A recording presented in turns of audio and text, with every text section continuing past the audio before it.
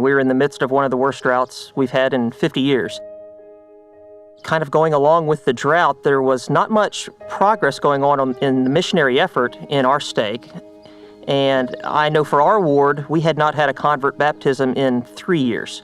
We were concerned as a presidency and what was happening, and we counseled together. So we sent a letter out asking the members to join together in a fast for missionary work and for the drought.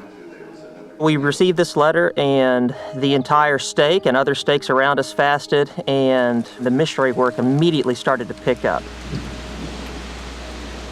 The floodgates kind of opened up, and everybody's getting involved. Elder Bowen of the 70 came to this area and offered missionary training. One of the first comments that he made was, full-time missionaries in your ward or branch are simply there to assist you in the missionary work. It's our job as members of the church to actively be engaged in the work and to invite our friends and family to church. It can't happen without either the full-time missionaries or the members being engaged in it. That's kind of our goal, is to get those ward mission leaders and the ward council really the ones that are driving that, not the full-time missionaries. The ward mission leader's role is to meet with the bishop and with the ward council and to formulate a ward mission plan, and then to try and carry out that plan, which is to help the members find and fellowship people for the full-time missionaries to teach. The only thing that I try to do, along with my assistant ward mission leader and our ward missionaries, is just trying to keep the missionaries' calendar full. Ever since this whole missionary effort has taken off over the past year, we went from averaging 2, 3, 4 lessons taught with member presence per week to 10 to 12.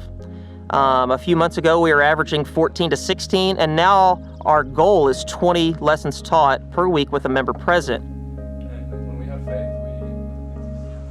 As I sit back and look at this transformation in our ward and within our stake, it's really easy to see two main aspects that led to this missionary effort exploding, and that's members being involved in the missionary effort and then extending the invitation to attend church or to meet with missionaries.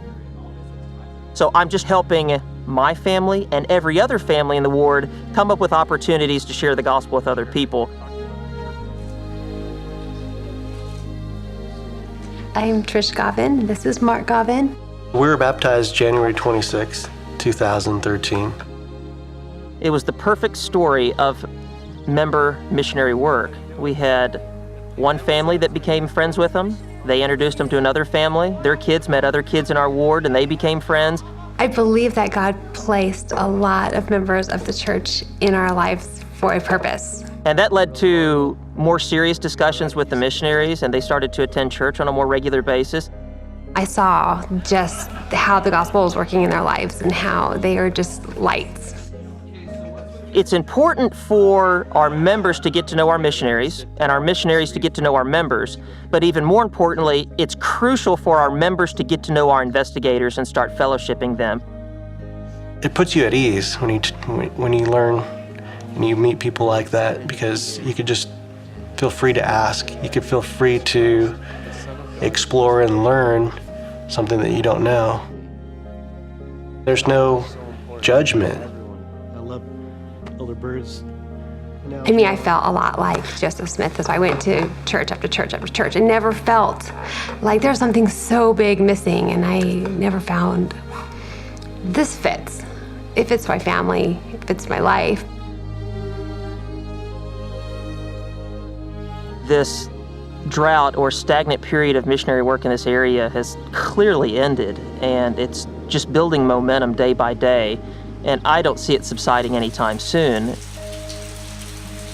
This is the great work of the latter days. This is the reason why we're here, to gather Israel.